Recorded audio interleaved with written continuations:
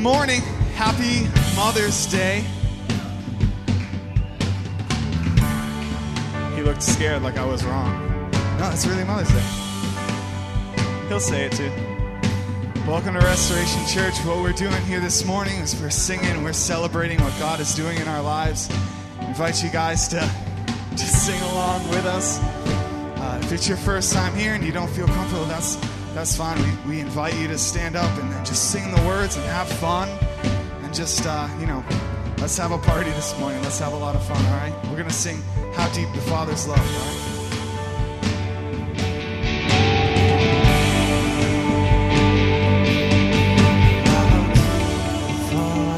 Love for us, how vast beyond all measure, that He should give His only Son to make a wretch His treasure. How great searing loss, the Father turned His face away, as wounds which mar the chosen one bring many sons to glory.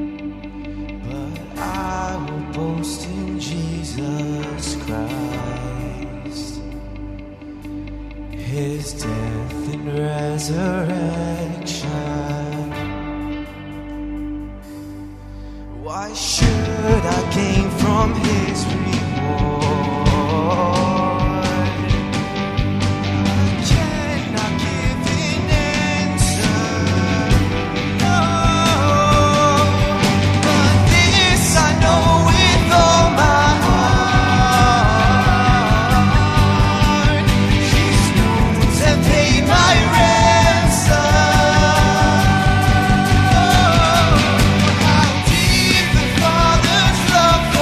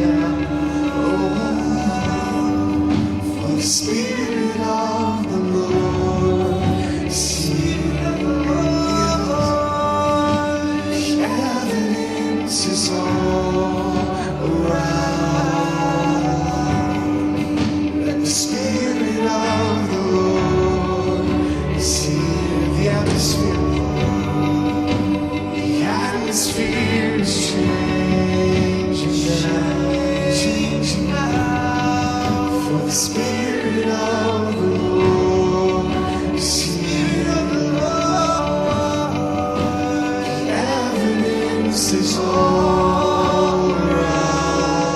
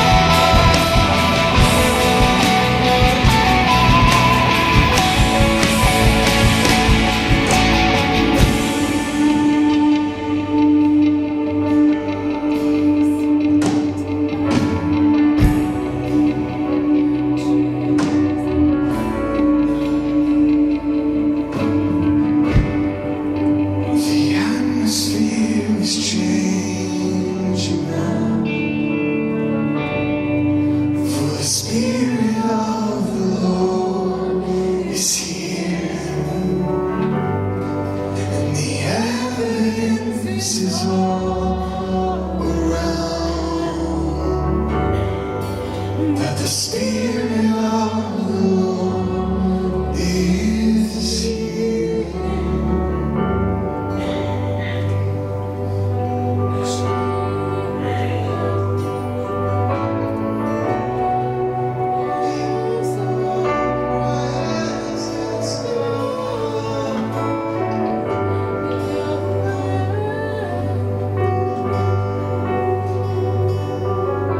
God, we need your love.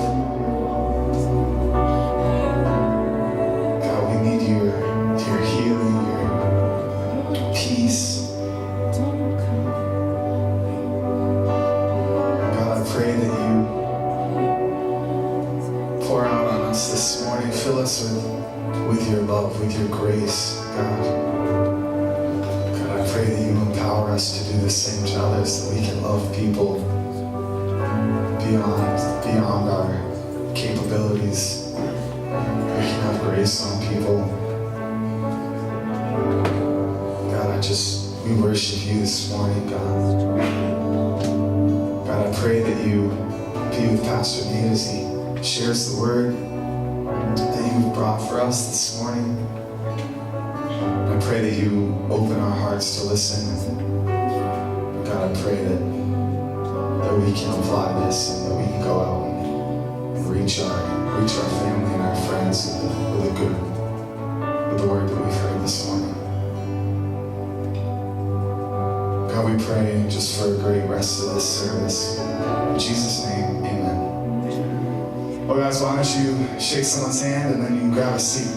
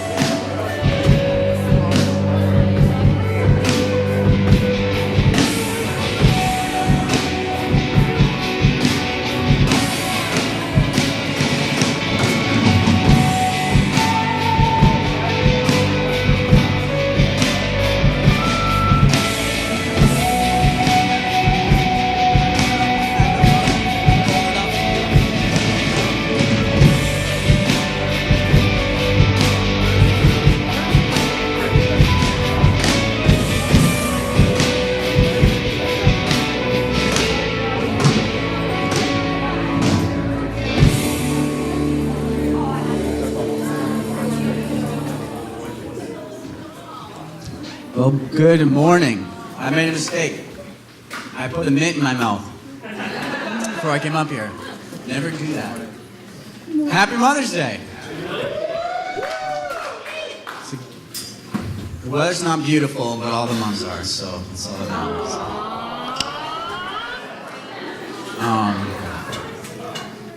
My name is Chris. I'm one of the pastors here, Restoration Church. Just want to welcome you if you are new. If you're a new mother here, or if you are a lady here, we have something special for you. Pastor Nick, can you throw me one of those Adagio cards? We have a free, oh shoot, I'm not good at sports, so that's great. A free massage for any lady. So in the backs of the seats, there's connection cards. Back up. And if you're a lady here this morning, if you are a lady, you could be any type of lady. You could be a lady. Grab a connection card, fill it out with your name, your email, and just let us know if you're first-time guest or not. Sell us something special, whatever you want. But you have a chance to win this. We're going to draw it at the end of the service, and you can win an hour-long massage to Adagio Spa in Barrington. So fill that out. And ushers are passing out pens because we forgot those. So they're going to pass them out to you, and then they're going to come up while you guys are doing that. I just want to tell you a story from my childhood about my mom and something she did to me that scarred me for life. No, she did. This was really good, and I would totally do it to my kids too when they do this.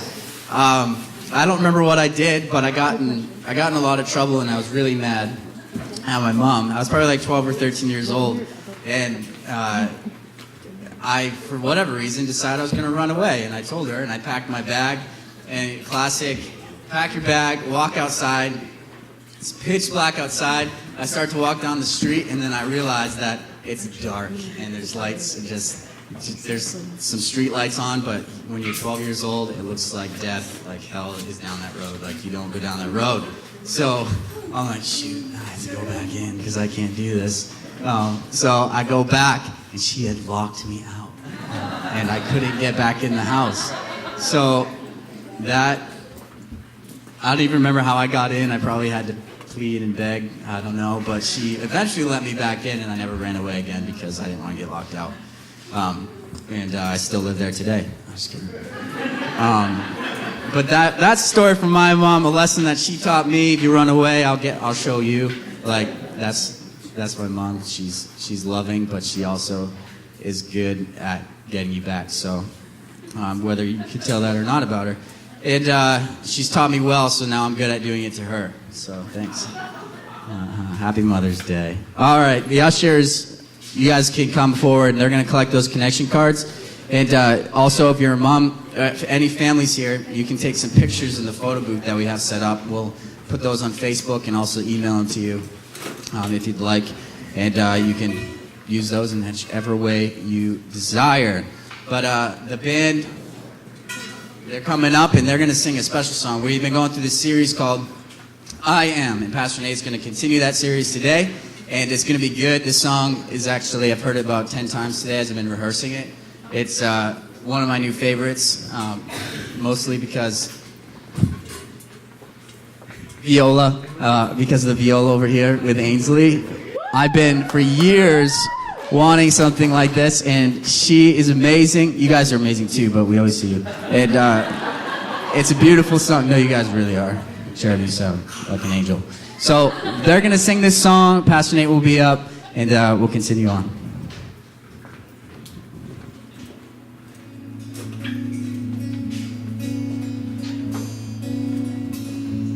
I'm lost in this place, at peace on my way. Your smile as I walk sings joy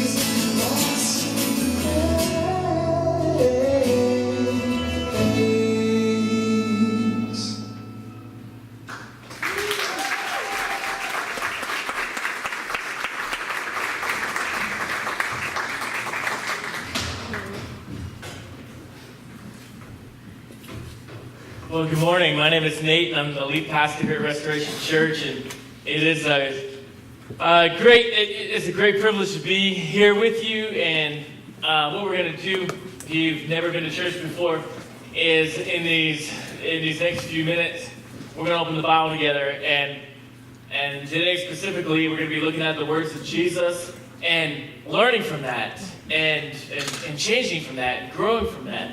And it's going to be a good time, so we just invite you to participate with us. And if you've never read the Bible before, if you've never heard of Jesus before, to listen intently as maybe you learn about him and you discover that he is completely different than what you've been taught or what you've come to understand. A number of years ago, maybe 15 years ago, I was four-wheeling with my older brother on some power lines in Barrington. And it was kind of one of those hot May days that we haven't seen yet.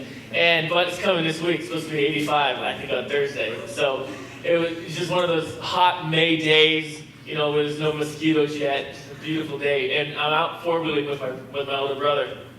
And trails we've always been on these power lines. And but when we were coming up around the corner, there was one of those orange temporary fences set up across the trail. So, never been there before, so we stopped, we get off the four-wheelers, and after we're done looking at, realizing whatever, the fence, we look, and there's just goats everywhere. And in case you've never seen this before, what they do is, they set up temporary fencing, they fill it with goats, and then they eat everything, all the bushes. Instead of mowing the power lines, they put goats there, like legitimately. Pay attention, you may see it. And so we get off our four-wheelers, and I'd never seen this before, and we get off our four-wheelers, take off our helmets, and like admiring all the goats, and as we start to walk closer to the goats, all of a sudden, this huge white sheepdog comes flying around from behind the herd or the flock or the trove, I don't know what they call it, a pack of wild goat. And huge sheepdog comes flying around with nasty teeth, is barking at us like he's been listening to the Baja Men. He's just going crazy at us. So this is the angriest sheepdog that I've ever seen before, also the first that I've ever seen in person.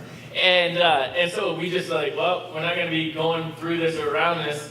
So we put on our helmets and left and went the other direction. Now, we're talking about Jesus this morning, and we're talking about the statement that he made. And in this series, what we've been looking at is the 7 I am statements that Jesus made in the account of John. So John was one of the guys who Jesus invited to follow him. He did, and he was one of the 12 disciples, or one of the apostles, and he wrote one of the Gospels, one of the accounts of the good news of Jesus that's in the Bible. And so he recorded these 7 statements. And in John chapter 10, there's 2 of these I am statements that Jesus made, and we looked at one last week, and this week we'll be looking at the other. And Jesus made a statement, I am the good shepherd. We'll talk about what that means and why he describes himself that way. But sometimes, or maybe you are a person in here and you rejected Jesus. And either you just thought this can't be logical or this can't be explained, and so you disregarded it. Or maybe you had an experience with the church or with someone who claimed they followed Jesus, and that was enough to get you to reject him. And maybe you tried to approach Jesus, or you tried to approach Christianity to discover it, only to kind of be stopped along the way by a sheepdog. You tried to find out about Jesus, but there was something like yelling at you and something harassing you, and they wouldn't let you pursue and investigate any further. And sometimes maybe you think of Jesus like that, that when you think of heaven and you think of the goodness of God, you think that you don't deserve that, and God would never let you have that. You think of Jesus as being that sheepdog who's angry at you, who's mad at you, and is trying to keep you away from the good things that he has. So you maybe, you tried to come to church one time, you got a flat tire, and you think, it's a sign, God doesn't want me to go to church. Maybe you went to Starbucks, you tried to buy a unicorn frap, they were all sold out, and you think, oh, God's judging me. And so just everything that happens in your life, you think it's because God is like an angry sheepdog, punishing you, laughing at you, hissing at you. I mean, sheepdogs don't hiss, but they froth at the mouth. But God is just like, get out of here, get out of the church. If you don't leave, there's going to be punishment. And we think that Jesus is like that he is against you, he's against your family, he's against your life. But Jesus, when he makes these I am statements, he's letting us know who he is. He's letting us know how he acts. He's letting us know what his character is. And he by these statements, he's letting us know who he really is. In his heart of hearts, who is he? Was he an imposter? Was he a con artist? Who was he? And these statements that we've been studying show us that. These statements show us how he loves you. These statements show us how he cares for you. These statements show us how he's concerned for you. These statements show us how he lives for you. And that's a different picture, maybe than we've been taught, or than we've thought, or that we've experienced. Let's start reading in John chapter 10. If you have a Bible, you can turn there. And if you don't have a Bible, we'd love to give you one. If you just go to the guest services area, they'll give that to you as a gift today, even if you're not a mom. They're free for everyone. So if you're feeling left out of the Mother's Day festivities, you can go get a Bible. Also, we have a water fountain, so you could use that as well.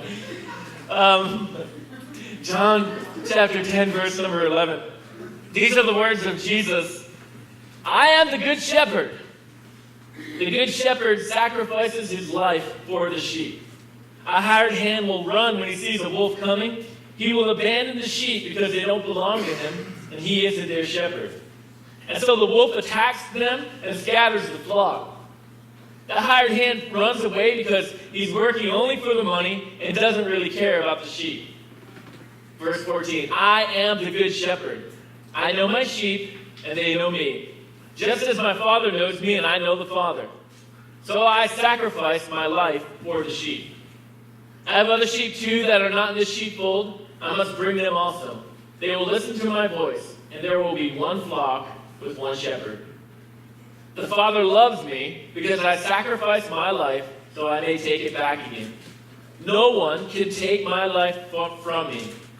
I sacrifice it voluntarily. For I have the authority to lay it down when I want to, and also to take it up again. For this is what my Father has commanded. Last week, Jesus said, I am the door. I am the door for the sheep. And we talked about that. You can listen to that online. We explained more of this analogy of the shepherd and the sheep. But one of the reasons Jesus is using this illustration is because the people understood it. They got the shepherding culture. Everybody knew a shepherd. A lot of the rich people and the religious people despised the shepherds. They were kind of on the low scale of the economy and of social stature. But everybody understood them. And Jesus, at this point, he's talking to Jewish people who were following Jesus' Father. They were following God. They had, since their nation was created by God, and they were waiting for a Messiah, and that's who Jesus is. And he was right in front of them, and a lot of people were following him and realizing who he was, the Son of God. But a lot of people were rejecting him. And most of those people were the religious leaders, the ones who knew it all, and the ones who should have been able to recognize him first. But Jesus, what he's kind of doing here in this statement is he's comparing and contrasting himself with those religious leaders. And so we're going to look at that, but the people, they were very familiar with this illustration. As the nation of Israel and as Jewish people, they had this shepherd analogy and the sheep analogy is throughout the Old Testament. And God had compared the nation of Israel to sheep and compared himself as shepherds and even compared the leaders as shepherds as well in different parts of the Old Testament. So they were very, very familiar with it. And as Jesus begins to talk early in chapter 10, which we talked about last week, and as we are continuing this week, they got it, they understood it, and it was very plain to them what he was saying. What's the first thing that he says? It's in John chapter, it's in verse 11. He said, "I am the good shepherd. The good shepherd sacrifices his life for the sheep." The good shepherd sacrifices his life. Now again, he's comparing himself with the religious leaders who are leading the Jewish people. He was comparing himself with them, but also this analogy kind of goes further. We can look at this as compared to other religions and the leaders of those religions, and we can even compare ourselves. And as pastors, one thing that we're taught to do is to evaluate ourselves based on this scripture. Am I a good pastor? And we look at this passage of scripture to see, am I someone that cares for the sheep, who sacrifices my life for the sheep, or am I a hireling, which we'll read a little bit later. Jesus gave his life, we know as history records, to give you eternal life and to give you abundant life. And we looked at that last week. John 10:10 in the Amplified Bible says, "The thief comes only in order to steal and kill and destroy. I came that they may have and enjoy life and have it in abundance to the full till it overflows." That's what Jesus promises. That's what Jesus came for. He said it right there in his own words. And that is a different picture than the sheepdog. That is a different understanding of Jesus than maybe we've interacted with before. Jesus says that hired hands or hirelings, they run when wolves attack. They don't give their life. They're not going to give their life for their sheep. Jesus said they only care about the money. They care about the paycheck. So someone owns a flock of sheep, and a flock can be quite large. Job, and he was one of the guys in the Old Testament. He owned a flock of sheep, and after he lost everything and God restored it, his flock of sheep was about estimated 14,000 sheep. All right, so this is the largest. He doesn't have like 6 or 7, and God doubled it to 14. He's got 14,000 sheep. So for one guy to manage 14,000 sheep, they would sometimes, they had a lot of kids. The kids would be shepherds over different flocks, like King David before he was king. He was a shepherd for his dad, and so one person, if they own that many sheep, they may hire someone. Now what happens? The person who's kind of working minimum wage job, they don't really care about the sheep, they care about their own life. And if a wolf or a bear shows up, they're thinking, you know what, I'm not getting paid enough for this, I'm out of here. Like, I'm not risking my life for some other guy's sheep, and they take off. They aren't concerned. They don't ultimately care. They're in it only for themselves. And these religious leaders that Jesus is speaking to and comparing himself to, they didn't care about the people.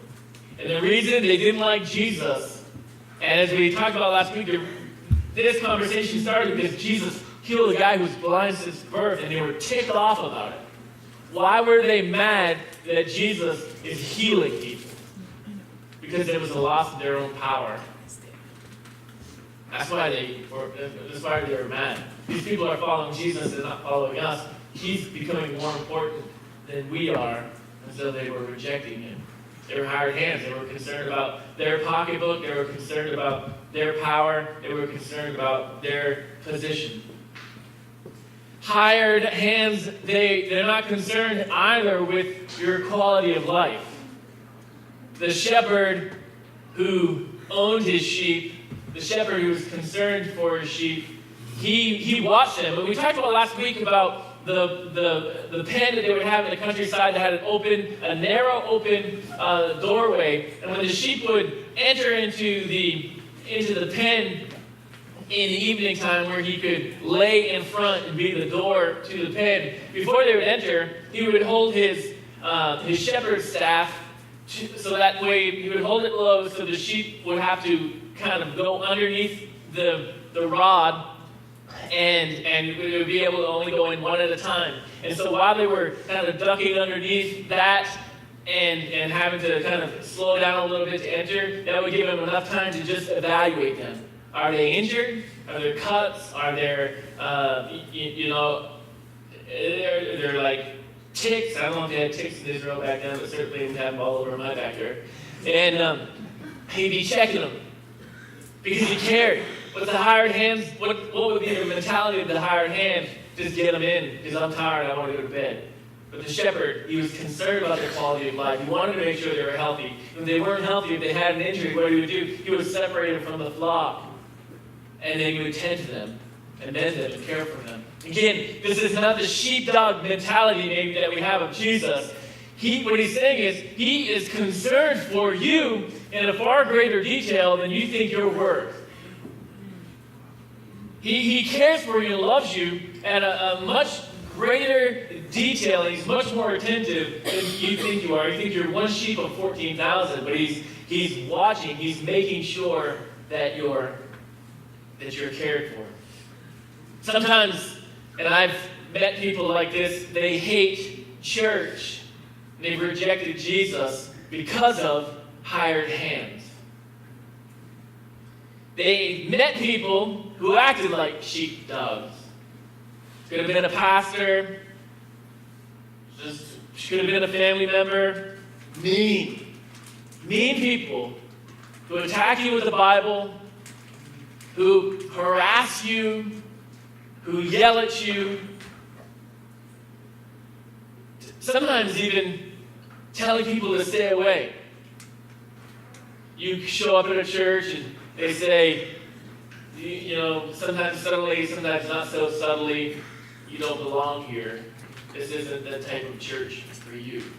Now, I've heard just some crazy true stories from pastors who pastored in other parts of the country, and they would, one guy, a story I listened to,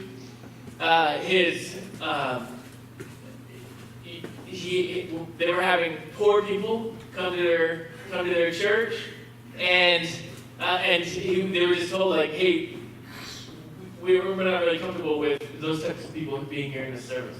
One of my good friends that I grew up with, he was leading a youth group in Rhode Island, in Providence, Rhode Island, and it grew. All of a sudden, there's 60, 70 kids coming in off the streets of Providence, and the church had a meeting. Hey, we don't want those types of kids coming here because we don't want them to influence our own kids bad. And so they fired him because he was letting those types of kids come. I heard another story on a podcast. A pastor, they had it was a white church, and they had an African American family enter into the church, and they had the meetings, met with the pastor after. Hey, we don't want those people coming here, and he said, "I quit. I'm done." And he quit that job on the spot because it's just crazy the way people can behave. You're trying to meet Jesus, the Savior of the world, and there's these vicious sheepdogs harassing people. Protecting what? Protecting people from Jesus. Trying to protect their own little spot on the power line. And keeping people from experiencing and knowing the goodness of Jesus. We hate church because of hired hands, and maybe you were attacked by church people, and then the pastor of that church, the shepherd of that church, didn't defend you. He should have been maybe one who quit on the spot, but he was too concerned about maybe his money or his position. He wasn't concerned about you. Jesus never runs. Why? Because he sees something that he owns. When he sees you, whether you follow him or not, he sees his prized possession, as it says in another part of the Bible. His prized possession. And he laid down his life, and he lives his life for you. Sharing his good news for you to hear his good news. And what I just encourage you this morning is if you're someone who's rejected Jesus because of people, don't let stupid people keep you from the greatest thing. If you're going to reject Jesus, reject him for him. Hear his message, experience him in your life, and then just make the decision, hey, I know who you are, Jesus, I just don't want a part of that. Reject him for him, not because of some stupid people. In verse 14, Jesus goes on to say, I am the good shepherd. I know my own sheep, and they know me. First thing that he says here, I know my sheep. I know my people. I know. And he's speaking not just about people who are following him. He's speaking about his creation. He's speaking about all people. I know them. And they know me. The second part of that is pretty cool. And has implications for you this morning. His sheep can know him. The people can know Jesus. You can know Jesus. He's in heaven. We're here on earth. But we can know him well. This is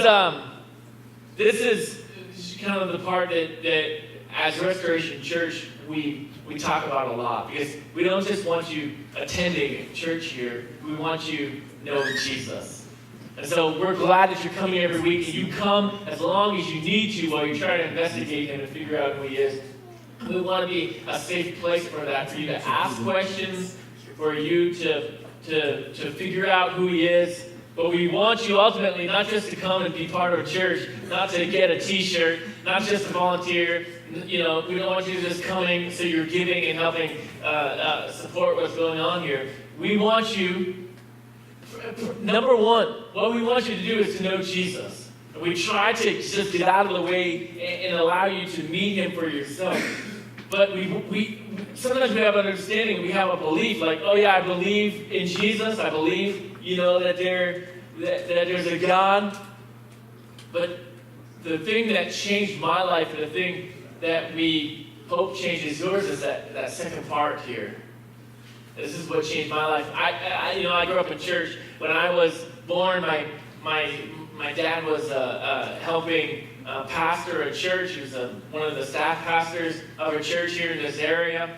And so when I was born, we were in church. And that was my life. That's how I grew up. But my life changed for me, and I always believed in Jesus. I given my life to him, and I decided to follow him when I was 5 or 6 years old, and I meant it. When I tried to curse on the playground, I was convicted of my sin, and I knew it was wrong, and I didn't swear because I wanted to behave, and obey God. But when I was 14 years old, and if you've been here, I've shared this story many times, but I was 14 years old, and it was a youth group night, and he changed my life. And I had always believed in God, but it changed for me when I found out that night, God knew who I was. I had middle child syndrome. I had 2 brothers and 2 sisters. So middle child syndrome, I just felt forgotten and abandoned and neglected. And no one knew where it was. But all of a sudden when I realized God of the universe knew me. How did I know that? Because I had a supernatural moment with him as a 14-year-old. As I went to get prayer for my knee, and he changed my heart. And I didn't even know it was possible. I didn't even know he knew who I was. He changed my life. And now I'm not someone who God knows who I am, but I know him. And that moment in a person's life, and that changes everything. At 15 years old, I knew I would be a pastor, and I'd be doing this for the rest of my life. So I want people to experience him and know him just like I did when I was 14. I was at a couple of years ago, it was 2015, we were on this road trip vacation, and so it was one Sunday afternoon, we went and visited a church, and then when church was over, we went to a Cincinnati Reds game in Cincinnati, Ohio.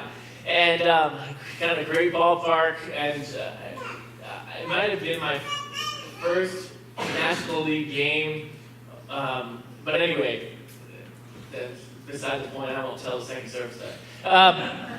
But a Cincinnati Reds game. The game's all over. We're up on the upper deck, cheapest seats, and game's over. And I'm standing in whatever they call those huge hallways. I'm standing out in there. The family's in the restroom, and I'm just waiting. I'm holding a couple kids. And in Cincinnati, Ohio, when my wife comes out with the kids, I tell her, I said, I know that guy over there. And she's like, what? I said, I know that guy over there. I can't remember his name, though. I said, but I know him. And so I start texting my roommate from college to ask what the guy's name is. And so he texts me back. And so then the guy looked at me, and I'm like, all right, he knows, he recognizes me too. So I walk over to him, and I knew him. He was my brother's roommate in college, and so in Rhode Island. And so here we are in the midst of probably 40,000 people, and I recognize a guy I know. We go over, have a conversation, and chit chat, and then leave. In a huge crowd, I bumped into someone I knew, and I actually had another friend at that game that I found out a couple weeks later, but I never bumped into him. What are the odds of that? Amid 7.2 billion people in the world, and we bump into each other at that one game on the 3rd floor. What are the odds of that? That you're going to know someone there. Kind of the thing to know, speaking back to this verse, is no matter where you are, he knows where you are. He has account of you. You are not forgotten by him. You are not lost amongst the crowd. You might have snuck in this service late. Your plan is to sneak out early. But he knows you. He knows everything about you. And he loves us still. In verse number 16, he is the good shepherd of everyone. Not just for church people and not just for Jewish people. He says, I have other sheep too that are not in this sheepfold. And listen, this is where crazy people say, see, there's aliens in the world. And God, Jesus is talking about aliens right here. And they were like all wound up like, this is all the other galaxies. I knew it. And what Jesus is talking about here is, at this point in the history, they only understood that God was for Jewish people. But Jesus here is saying, listen, I've come for mankind. For people who are Jewish and for people who are Gentiles. I've come for everyone. And then in verse number 17, He says, the Father loves me because I sacrificed my life so I may take it back again. He is shepherd of power. Let me tell you the story. A party of tourists, they were on its way to Palestine, and the tourist guide was describing some of the customs of the East. Now he said, you're accustomed to seeing the shepherd driving his sheep through the English lanes. And I talked about that last week, that what we kind of see on YouTube and in movies and stuff is the shepherd with his sheepdogs driving the sheep, getting them to go where he wants them to go. Now out in the East, however, things are different, where the shepherd always leads the way, going on in front of the flock. So it's the sheep, and the shepherd walks, and the sheep follow him. And the sheep follow him, for they know his voice. They reach Palestine, and to the amusement of the tourists, almost the first thing they saw was a flock of sheep being driven along by a man. The guy was astonished and immediately made it his business to approach the shepherd. How is it that you are driving these sheep, he asked. I've always been told that the Eastern shepherd leads his sheep. The guy responded, I'm not the shepherd, I'm the butcher. And what I want you to kind of understand something about Jesus is he lays down his life deliberately on purpose. And he has the power to take it back again. And he's foretelling his resurrection. At the right time, I'm going to give up my life for the salvation of mankind. I'm going to give up my life. And then when I want to, I'm going to decide I'm not going to be dead anymore. I'm going to take it back. And I'm going to rise from the grave.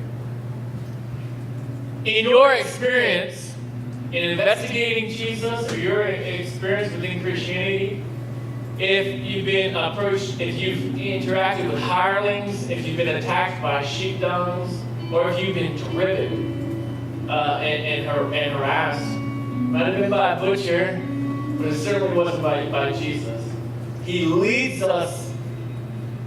He invites us to follow him. He never attacks anybody to force them to get in line to follow him.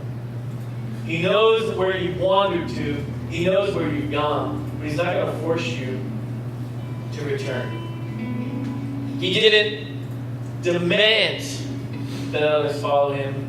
He showed us who he is, and he invited us to follow him. His attitude to give himself for the sheep demonstrates the heart of God toward us. His willingness to lay down his life shows us individually, it shows humanity what he thinks about us. He loves us. And then we know he didn't just die, but he took up his life again, and he lives. So it's not a past tense attitude that Jesus has for us, but it's a current attitude. He loves you. He loves you. He loves you. More than your mom loves you, he loves you. More than you love your mom, he loves you. Throughout history, there have been those who've led great nations and great kingdoms and great movements, but their mentality is always how can I stay in power? How can I preserve what I have? But only the one who had all power came and said, I'm going to lose it all. I'm going to sacrifice it all. I'm going to give up all the power I already have for just one more. That another person will have the opportunity to hear my good news, to hear the good news of Jesus, and decide to follow him. Jesus is the Good Shepherd. Why don't you close your eyes, and I just want to pray.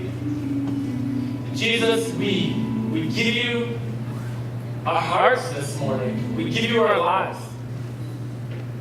For those of us who know you, we thank you so much that we know you. That we have had that moment where we don't just know about you, we don't just have this religion that we follow, but we know you, the Son of God, and you know us and you love us. Thank you for that. For anyone in here this morning who's had encounters with hirelings, or with sheepdogs, or with butchers, just pray, Jesus, you heal them now by your Holy Spirit. Comfort them now. May they feel you calling them. May they know that the actions of those people, those individuals, of those churches was not your heart toward them. And you mourn and grieve at their brokenness. And you desire to move them away from the flock, to tend to them, to care for them, and to mend them into health. May they trust you. May they follow you. In Jesus' name we pray.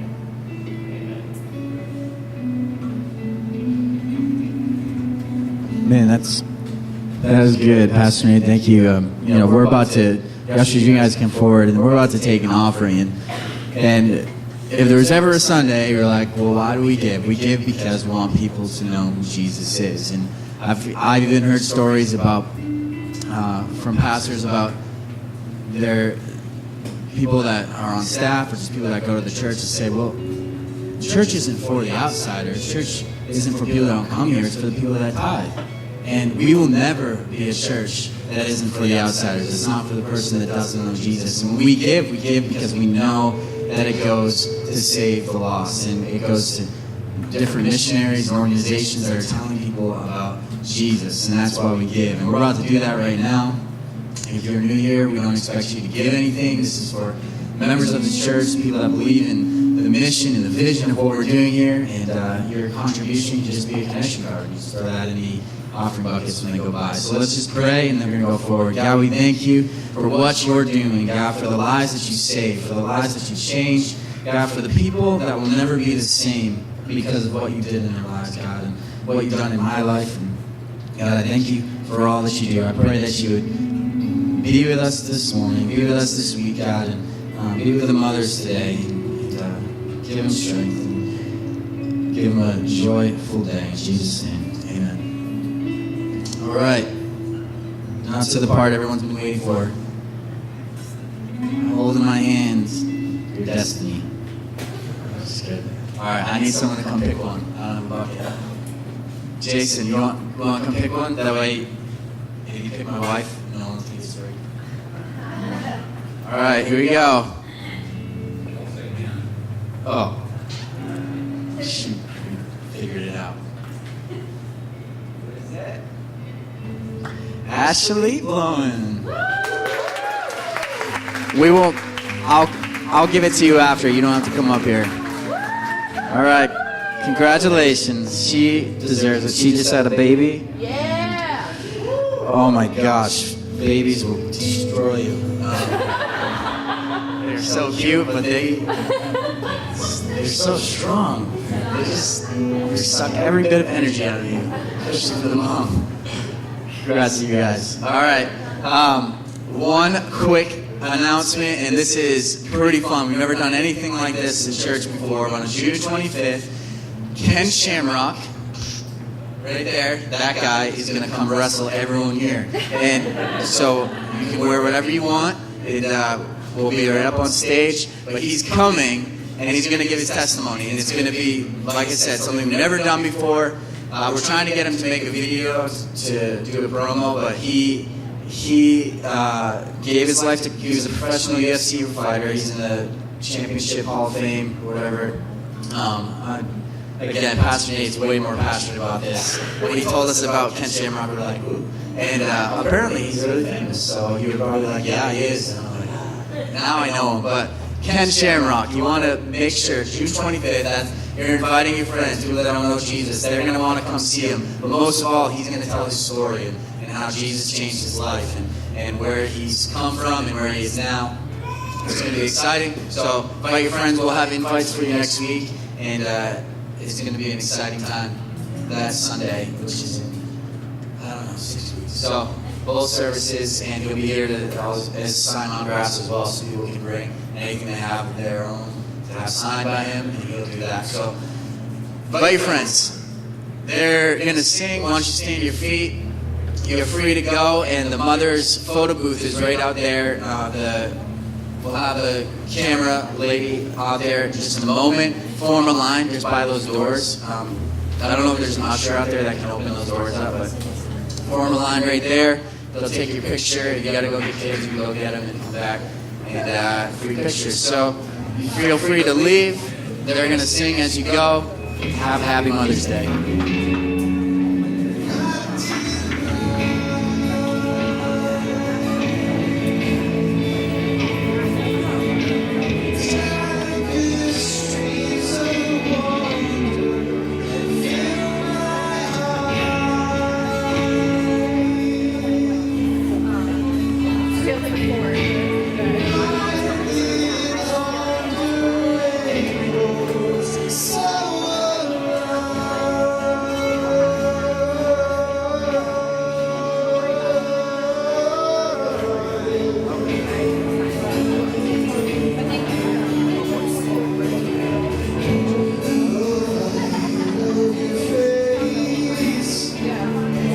We'll see what comes.